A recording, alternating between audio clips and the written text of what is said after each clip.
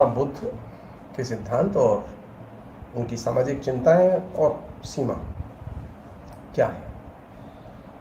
और इस क्रम में हम जो स्त्रीवादी दृष्टिकोण से जुड़े हुए सवाल हैं उन पर भी विचार करेंगे।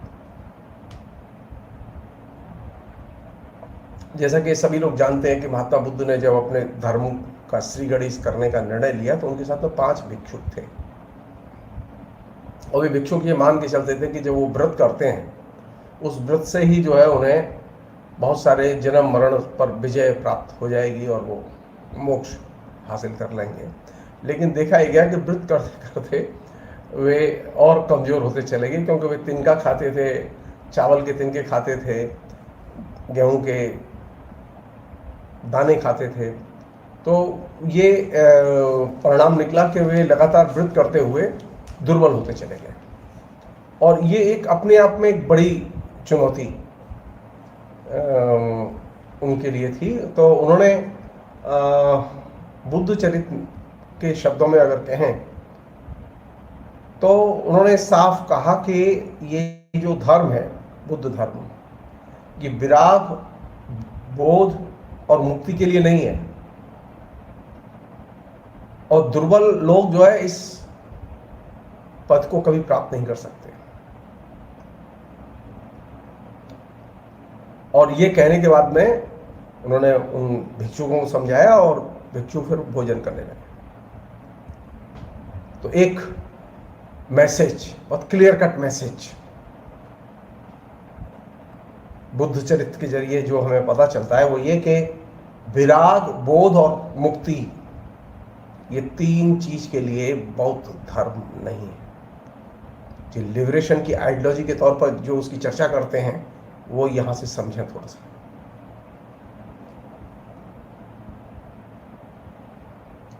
ये 5 भिक्षुक बाद में असंतुष्ट होकर और उनके साथ छोड़कर चले गए। इससे कोई महात्मा बुद्ध के ऊपर कोई फर्क नहीं पड़ा, क्योंकि वे अपने काम में लगे हुए थे। क्योंकि महात्मा बुद्ध का लक्ष्य यह था कि वे सत्य जानना चाहते थे और धर्म के बारे में सत्य जानना चाहते थे। जाहिर है कि धर्म के बारे में जब आप सत्य जानना चाहेंगे तो समाज के सत्य से साक्षात करना एक प्राथमिक शर्त है। धर्म के सत्य को जानने के लिए सामाजिक सत्य को जानना बेहद जरूरी है और ये चीज महात्मा बुद्ध ने बेहतर ढंग से डिकोड की। उनकी ये प्रतिज्ञा थी, जब तक मैं सत्य को नहीं जान लेता तब तक मैं अपने अस्वस्थ मूल जो आसन था उस पर बैठे रहे। तो उसमें रात्रि के 3 प्रहर में 3 घटनाएं घटी। उसमें रात्रि के प्रथम प्रहर में महात्मा बुद्ध को पूर्व जन्मों का ज्ञान हुआ। दूसरे में प्रहर में दिव्य चक्षु प्राप्त हुए और अंतिम प्रहर में 12 समुत्पाद जो उनका दृष्टिकोण है उसका साक्षात्कार हुआ और सूर्योदय के समय उन्हें सर्वज्ञता का प्रत्यक्ष हुआ। यानी सूर्योदय होते होते वे ये मानने लगे कि चीजों को व्यापक स्तर पर जानना चाहिए और इसी को उन्होंने बुद्धत्व की संज्ञा दी और उसी दिन से वे बुद्ध कहलाने लगे। सर्वज्ञता का साक्षात्कार भगवान बुद्ध ने जो वचन कहे, जिसे उदान कहते हैं, उसमें उन्होंने कहा, कोट, कष्टमय जन्म बार बार लेना पड़ा।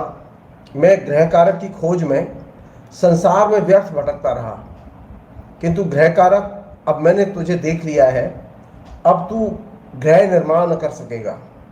तेरी सब कड़ियां टूट गईं, ग्रह शिखर ढह गया, चित्त निर्माण का लाभ हुआ, तृष्णा का क्षय देख लिया।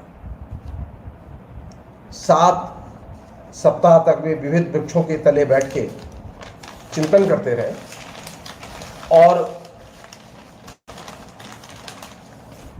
विमुक्ति के सुख का आनंद लेते रहे। उनके 3 फेमस नाम हैं जो कि बुद्ध के लिए लिए जाते हैं, बुद्ध, तथागत और क्षुगत। उनके जो शिष्य हैं उनको कई नामों से पुकारा जाता है, जिनमें सबसे चर्चित नाम है श्रावक, शौगत, शाक्यपुत्री और बौद्ध।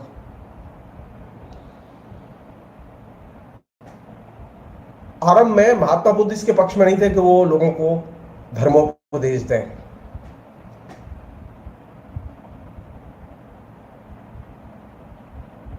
बाद में उन्होंने ब्रह्मा सह संपत्ति की प्रार्थना पर उपदेश देने की बात मान ली। पहले उनका मन अराल कालम और उद्रक रामपुत्र, ये दोनों तापस समूह के ऋषि थे, उनको उपदेश देने या का मन हुआ उनका, जिसे उद्देश्य ना कहते हैं। लेकिन वो दोनों तो जीवित नहीं थे, तो महात्मा बुद्ध उपदेश कैसे दें? तो बाद में उन्होंने ये तय किया कि वे जो 5 भिक्षुक जो शुरू में उनके साथ थे, जो उन्हें छोड़ के चले गए असंतुष्ट होकर, महात्मा बुद्ध ने तय किया कि उन्हीं को जाके उपदेश देंगे।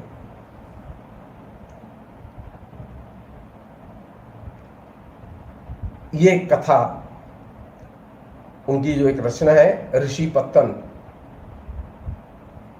उसमें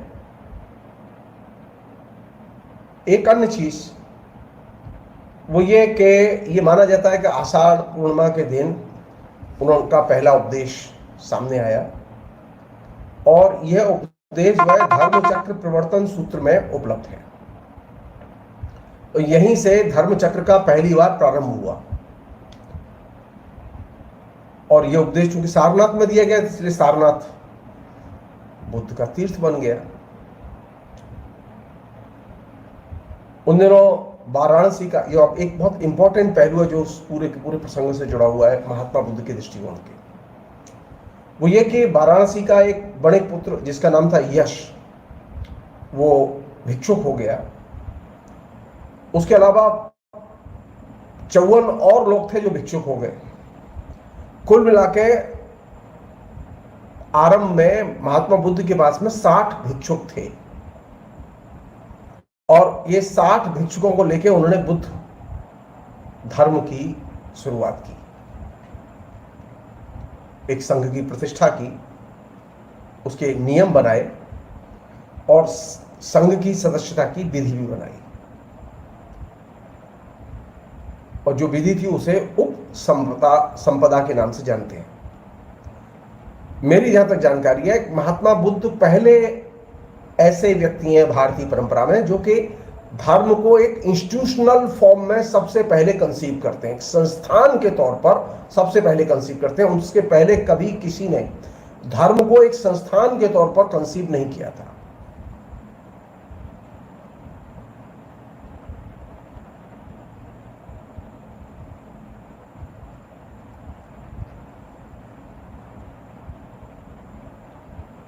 अब एक नई चीज जो सामने आई वो ये कि आरंभ में ही के बौद्ध आनंद के आग्रह पर ही महात्मा बुद्ध ने स्त्रियों को बुद्ध धर्म में प्रवेश की अनुमति दी, और महाप्रजापति गौतमी पहली भिक्षुणी थी जो कि बौद्ध धर्म में दीक्षित हुई, और उनको उस उप संपदा जो थी जिसे कि संघ की सदस्यता की विधि संहिता कहते हैं, उसकी दीक्षा गुरुओं ने दी। इस क्रम में 2-3 चीजें बहुत ही क्लैरिटी के साथ में महात्मा बुद्ध ने प्रतिपादित की, जो कि कालांतर में बहुत महत्वपूर्ण मानी गई। वो ये कि एक तो ये कि महात्मा बुद्ध ने कहा कि वे ईश्वर की और आत्मा की सत्ता नहीं मानते, लेकिन साथ साथ ये भी कहा कि वे परलोक और पुनर्जन्म को मानते हैं। यह भी कहा कि वे ब्राह्मणों के लोकवाद और देववाद को मानते हैं, वे देव, यक्ष, किन्नर, असुर, प्रेत की सत्ता, स्वर्ग, नरक की कल्पना को भी मानते हैं, लेकिन वे नास्तिक नहीं है। लेकिन कर्म और कर्म फल के सिद्धांत को वे मानते हैं। जाहिर है कि बुद्ध के इन विचारों का असर हुआ और जो तापस लोग थे और नास्तिक लोग थे उनका प्रभाव घटा, क्योंकि इसमें एक खास तरह का एकोमोडेशन, एक सामंजस्यवाद।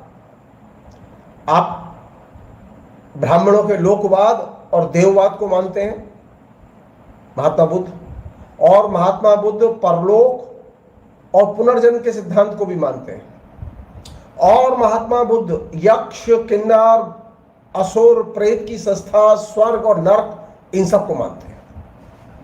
इसने क्या किया कि इसने बड़े स्केल पर जो लोग ब्राह्मणवादी वर्चस्व में थे, कर्मकांड के वर्चस्व में थे, वे भी इनकी तरफ आकर्षित हुए। बौद्धों ने कालांतर में एक प्रबल संघ के नाम से एक संस्था का गठन किया, जिसमें सिर्फ राजाओं को सदस्यता दी जाती थी।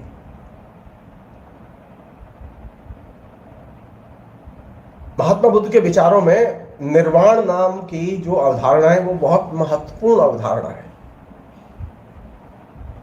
अब दिलचस्प बात यह है कि महात्मा बुद्ध का कहना यह है कि निर्वाण की जो अवस्था है वो अनिर्वचनीय है, अवाच्य है, अवक्तव्य है। जो निर्वाण को प्राप्त होता है वो कहते हैं उसका प्रमाण नहीं है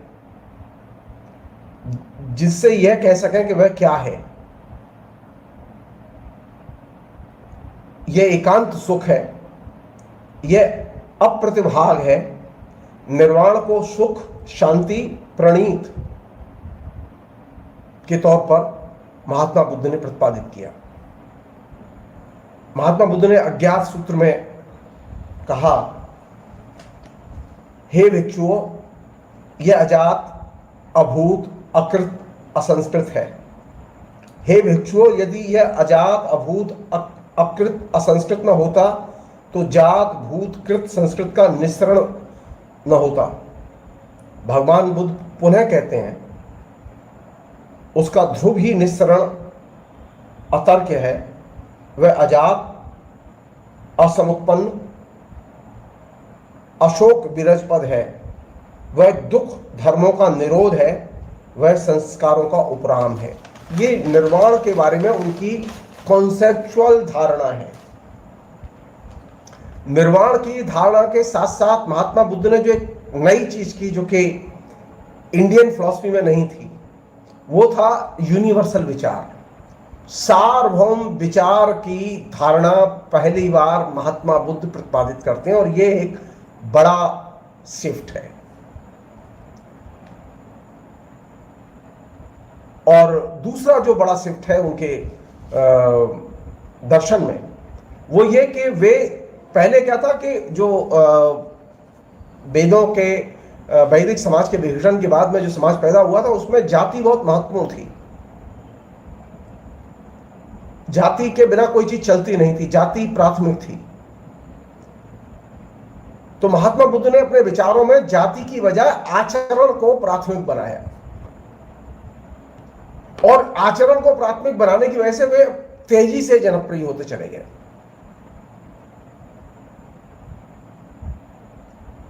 अब एक इंपॉर्टेंट प्रश्न जो मेरे जेहन में है, महात्मा बुद्ध दो कॉन्सेप्ट देते हैं पहचान के, भिक्षुक और भिक्षुणी। वो कहते हैं कि इस संसार में नाना प्रकार की संज्ञाएं प्रचलित हैं, लेकिन भिक्षु भाव ग्रहण करते ही वे सब लुप्त हो जाती हैं। सवाल यह है कि क्या भिक्षुक या भिक्षुणी की कैटेगरी में दाखिल होने के बाद लिंग भेद का समापन होता है कि नहीं होता? महात्मा बुद्ध के पास इसका कोई उत्तर नहीं है। महात्मा बुद्ध के जो व्याख्याकार हैं वे एक बात कहने की कोशिश करते हैं कि ये जेंडर फ्री दर्शन है, लेकिन मेरा ये मानना है कि नहीं, भिक्षुक और भिक्षुणी की जो आइडेंटिटी में वो सारी आइडेंटिटीज को मर्ज कर देते हैं। ये एक तरह से इसके पृष्ठभाव है। लिंग भेद खत्म नहीं होता इससे, लिंग भेद बना रहता है और लिंग भेद के आधार पर जो शोषण था वो शोषण भी बना रहता है।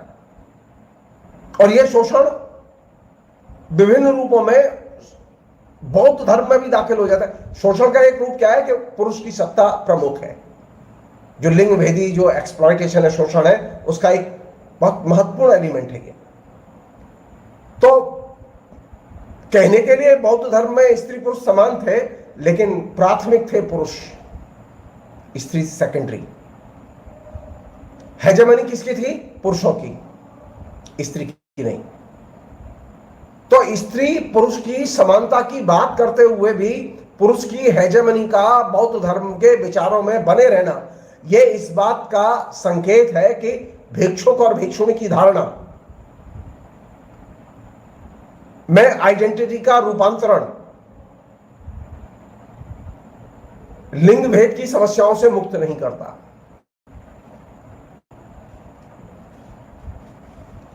उससे भी बड़ी बात यह कि क्या सार्वभौम की धारणा के जरिए स्त्री को आप समझ सकते हैं? क्या सार्वभौम की धारणा के जरिए लिंग भेद की समस्याओं का समाधान खोजा जा सकता है? नहीं। तो ये जो सार्वभौम सिद्धांत की जो धारणा महात्मा बुद्ध ने खोजी, वो धर्म के प्रचार के लिए तो उपयुक्त थी, लिंग भेद के समाधान के लिए वो एकदम अप्रासंगिक थी। भिक्षुक और भिक्षुणी की आइडेंटिटी बुद्ध धर्म के लिए तो रिलेवेंट थी, लेकिन सामाजिक जटिलताओं को, जाति की जटिलता, लिंग की जटिलता, इन जटिलताओं को, धार्मिक जटिलता, इनसे मुक्त करने में उससे बहुत दूर तक मदद नहीं मिलती थी।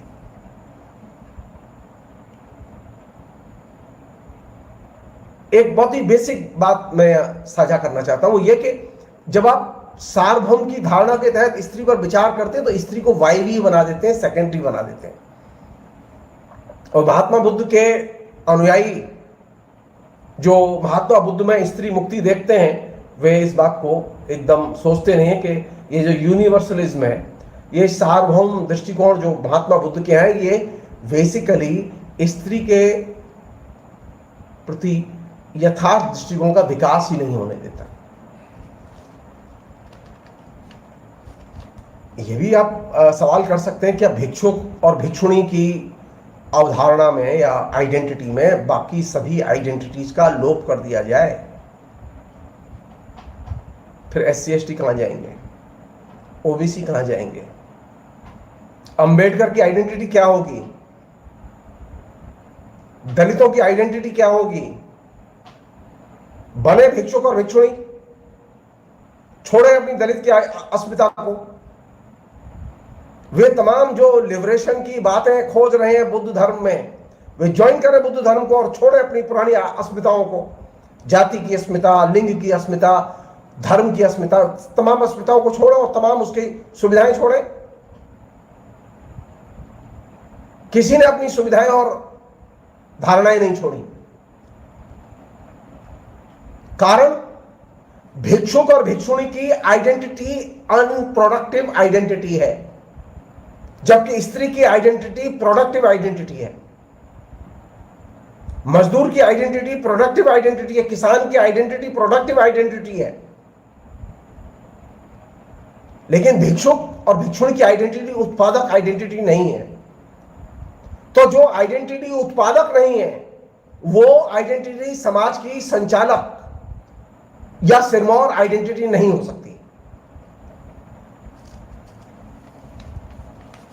जो चीज महात्मा बुद्ध से सीखनी चाहिए, जो कि उपयोगी है, वो ये कि महात्मा बुद्ध हर चीज को सामाजिक दृष्टि से देखते हैं। धर्म में सामाजिक दृष्टि से देखने का नजरिया केंद्रीकृत ढंग से, फोकस के साथ में महात्मा बुद्ध स्थापित करते हैं, और ये उनका बहुत बड़ा कंट्रीब्यूशन। उनका पहला कंट्रीब्यूशन ये था जो उन्होंने सार्वभौम का कॉन्सेप्ट दिया, वो बहुत बड़ी चीज थी। तीसरी चीज जो कि बहुत महत्वपूर्ण है, वो ये कि वे किसी भी व्यवहार को वर्तमान के और भविष्य के हित अहित के आधार पर देखते हैं। आखिरी चीज और बहुत इंपॉर्टेंट चीज,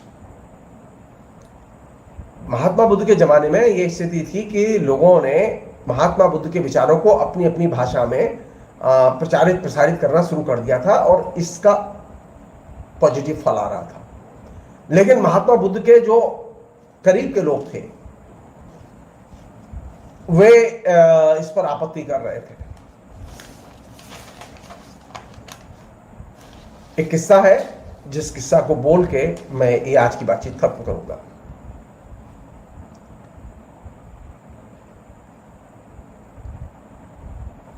यमंड और यमेड़ कुल ये दो बड़े सुंदर भिक्षु पंडित थे और व्याकरण के बड़े अच्छे जानकार थे, भाषा के बड़े अद्भुत विद्वान थे।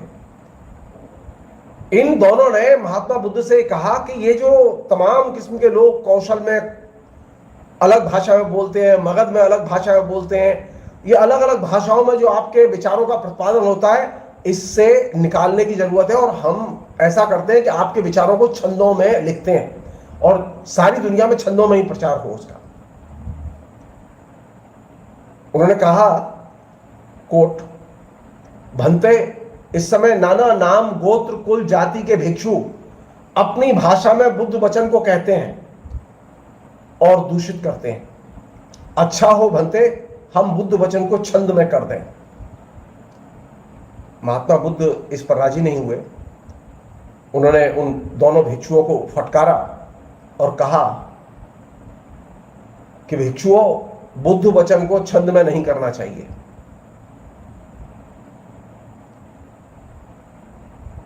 लोग अपनी भाषा में बुद्ध वचन को सीखें। महात्मा बुद्ध जानते थे कि वेदों के लोप होने का, वेदों का अप्रासंगिक होने का सबसे बड़ा कारण क्या था कि वेद एक भाषा में और एक छंद में बांध दिए गए थे और वह ब्राह्मणों की भाषा थी। वेद सिकुड़ते चले गए और वे फिर मुट्ठी भर लोगों की चीज रह गए। महात्मा बुद्ध ने कहा कि अगर तुमने छंद में बांध दिया बुद्ध के वचनों को तो ये फिर मुट्ठी भर लोगों की चीज होकर रह जाएगा। इसलिए महात्मा बुद्ध ने कहा, नहीं, जो अपनी भाषा में जिस रूप में चाहे अनुवाद करे और बुद्ध के वचनों का प्रचार प्रसार करे। यही वजह थी कि महात्मा बुद्ध के विचार बड़ी तेजी से दुनिया की हर भाषा में तेजी से फैले, उनका प्रचार प्रसार हुआ।